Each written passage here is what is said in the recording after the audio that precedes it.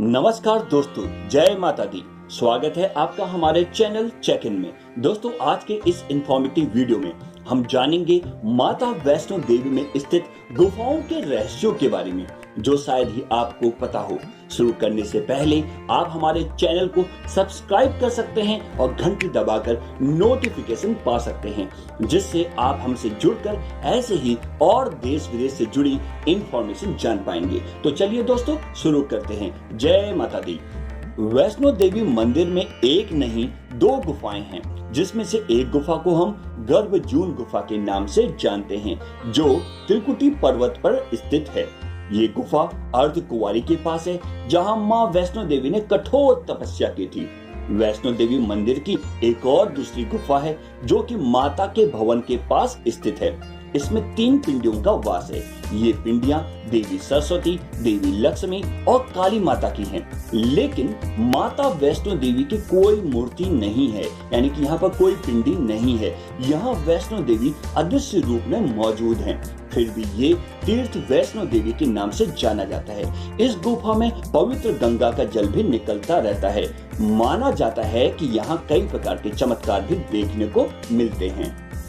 दरअसल देवी मां वैष्णो देवी का विश्व प्रसिद्ध और प्राचीन मंदिर भारत के केंद्र शासित प्रदेश जम्मू और कश्मीर के जम्मू क्षेत्र में कटरा नगर के समीप की पहाड़ियों पर स्थित है। इन पहाड़ियों को त्रिकुटा पहाड़ी कहते हैं। यहीं पर समुद्र तल से लगभग 1584 मीटर यानी 5200 फीट की ऊंचाई पर माता रानी का मंदिर स्थित है। यह भारत में तिरुमला वेंकटेश्वर मंदिर के बाद दूसरा सर्वाधिक देखा जाने वाला धार्मिक तीर्थ स्थल है। दरअसल त्रिकुटा की पहाड़ियों पर स्थित एक गुफा में माता वैष्णो देवी की स्वयंभू 3 पिंडियां हैं। इनमें दाईं तरफ देवी काली, बाईं तरफ मां सरस्वती और मध्य यानी बीच में मां लक्ष्मी पिंडी के रूप में गुफा में विराजित हैं। इन तीनों पिंडियों के सम्मिलित रूप को ही वैष्णो देवी माता कहा जाता है और वहीं इस स्थान को माता का भवन कहा जाता है। पवित्र गुफा की लंबाई 98 फीट है। इस गुफा में एक बड़ा चबूतरा भी बना हुआ है। इस चबूतरे पर माता का आसन है, जहां देवी त्रिकुटा अपनी माताओं के साथ विराजमान रहती हैं। जबकि भवन वह स्थान है जहां माता ने भैरवनाथ का वध किया था। प्राचीन गुफा के समक्ष भैरव का शरीर मौजूद है और कहा जाता है कि उसका सिर उड़कर 3 किलोमीटर दूर भैरव घाटी में चला गया, जबकि शरीर यहीं रह गया था। जिस स्थान पर सिर गिरा, आज उस स्थान को भैरवनाथ मंदिर के नाम से जाना जाता है। कटरा से ही वैष्णो देवी की पैदल चढ़ाई शुरू होती है, जो भवन तक करीब 13 किलोमीटर और भैरव मंदिर तक 14.5 किलोमीटर है। यूं तो मंदिर के संबंध में कई तरह की कथाएं प्रचलित हैं, लेकिन जिस मुख्य कथा के बारे में बताया जाता है, उसके अनुसार एक बार त्रिकुटा की पहाड़ी पर एक सुंदर कन्या को देखकर भैरवनाथ उसे पकड़ने के लिए दौड़ी। तब वो कन्या वायु रूप में यानी हवा में बदलकर त्रिकुटा पर्वत की ओर उड़ चली। भैरवनाथ भी उनके पीछे भागे। माना जाता है कि तभी मां की रक्षा के लिए यानी उस कन्या की रक्षा के लिए वहां पौंड पुत्र हनुमान पहुंच गए। हनुमान जी को प्यास लगने पर माता ने उनके आग्रह पर धनुष से पहाड़ पर बाण चलाकर एक जलधारा निकाली और उस जल में ही अपने केश धोए। आज ये पवित्र जलधारा बाण गंगा के नाम से जानी जाती है, जिसके पवित्र जल का पान करने से या इसके स्नान करने से श्रद्धालुओं की सारी थकावट और तकलीफें दूर हो जाती हैं। फिर वहीं एक गुफा में प्रवेश कर माता ने 9 माह तक तपस्या की। इस दौरान हनुमान जी ने लगातार पहरा दिया। फिर भैरवनाथ भी वहां आ धमके।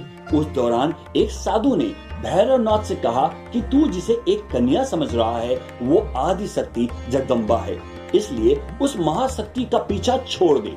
भैरवनाथ ने साधु की बात नहीं मानी। तब माता गुफा की दूसरी ओर से मार्ग बनाकर बाहर निकल गई। यह गुफा आज भी अर्धकुमारी या आदि कुमारी या गर्भजून के नाम से प्रसिद्ध है। अर्धकुमारी के पहले माता की चरण पादुका भी है। यह वह स्थान है जहां माता ने भागते भागते पीछे मुड़कर भैरवनाथ को देखा था। अंत में गुफा से बाहर निकलकर कन्या ने देवी का रूप धारण किया और भैरवनाथ को वापस जाने के लिए कहकर फिर से गुफा में चली गई। लेकिन भैरवनाथ नहीं माने और गुफा में प्रवेश करने लगे। यह देखकर माता की गुफा पर पहरा दे रहे हनुमान जी ने उसे युद्ध के लिए ललकारा और दोनों का युद्ध हुआ। युद्ध का कोई अंत नहीं देखकर माता वैष्णवी ने महाकाली का रूप लेकर भैरवनाथ का वध कर दिया। कहा जाता है कि अपने वध के बाद भैरवनाथ को अपनी भूल का पश्चाताप हुआ और उसने मां से समाधान की भीख मांगी। माता वैष्णो देवी जानती थी कि उन पर हमला करने के पीछे भैरवनाथ की प्रमुख मंशा मोक्ष प्राप्त करने की थी। तब उन्होंने न केवल भैरव को पुनर्जन्म के चक्र से मुक्ति प्रदान की, बल्कि उसे वरदान देते हुए कहा कि मेरे दर्शन तब तक पूरे नहीं माने जाएंगे जब तक कोई भक्त मेरे बाद तुम्हारे दर्शन नहीं करेगा। इसीलिए दोस्तों, माता वैष्णो देवी के दर्शन के बाद भैरवनाथ के दर्शन करने जरूरी होते हैं। इसलिए जब भी आप माता वैष्णो देवी के दर्शन करने जाएं, भैरवनाथ के दर्शन जरूर करें। दोस्तों, इस कथा को वैष्णो देवी के भक्त श्रीधर से जोड़कर भी देखा जाता है। लगभग 700 वर्षों से अधिक समय पहले कटरा से कुछ दूरी पर स्थित हंसाली गांव में मां वैष्णवी के परम भक्त श्रीधर रहते थे। वे निसंतान और गरीब थे, लेकिन वे सोचा करते थे कि एक दिन वे माता का भंडारा रखेंगे। एक दिन श्रीधर ने आसपास के सभी गांव वालों को प्रसाद ग्रहण करने का न्योता दिया और भंडारे वाले दिन श्रीधर अनुरोध करते हुए सभी के घर बारी बारी गई ताकि उन्हें खाना बनाने की सामग्री मिले और वो खाना बनाकर मेहमानों को भंडारे वाले दिन खिला सकें। जितने लोगों ने उनकी मदद की वो काफी नहीं थी, क्योंकि मेहमान बहुत ज्यादा थे। श्रीधर सोच रहे थे इतने कम सामान के साथ भंडारा कैसे होगा। भंडारे के एक दिन पहले श्रीधर एक पल के लिए भी सो नहीं पा रहे थे। यह सोचकर कि वो मेहमानों को भोजन कैसे करा सकेंगे, वह सुबह तक समस्याओं से घिरे हुए थे और बस उसे अब देवी माँ से ही आस थी। वो अपनी झोपड़ी के बाहर पूजा के लिए बैठ गए। दोपहर तक मेहमान आना शुरू हो गए थे। श्रीधर को पूजा करते देख मेहमानों को जहाँ जगह मिली वहाँ वो बैठ गए। सभी लोग श्रीधर की छोटी सी कुटिया में आसानी से आराम से बैठ गए। जब श्रीधर ने अपनी आंखें खोली और सोचा कि इन सभी को भोजन कैसे कराएंगे, तब उसने एक छोटी लड़की को झोपड़ी से बाहर आते हुए देखा, जिसका नाम वैष्णवी था। वो भगवान की कृपा से आई थी। वो सभी को स्वादिष्ट भोजन परोस रही थी। भंडारा बहुत अच्छी तरह से संपन्न हो गया था। भंडारे के बाद श्रीधर उस छोटी लड़की वैष्णवी के बारे में जानने के लिए उत्सुक थे, पर वैष्णवी गायब हो गई और उसके बाद किसी को नहीं दिखी।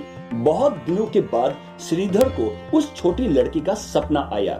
उसमें स्पष्ट हुआ कि वो माँ वैष्णो देवी थी। माता रानी के रूप में आई लड़की ने उसे गुफा के बारे में बताया और 4 बेटों के वरदान के साथ उसे आशीर्वाद दिया। श्रीधर एक बार फिर खुश हो गए और माँ की गुफा की तलाश में निकल पड़े और कुछ दिनों के बाद उन्हें वो गुफा मिल गई। तभी से वहां पर माता के दर्शन के लिए श्रद्धालु जाने लगे। तो दोस्तों, आइए मिलकर बोलते हैं जय माता दी।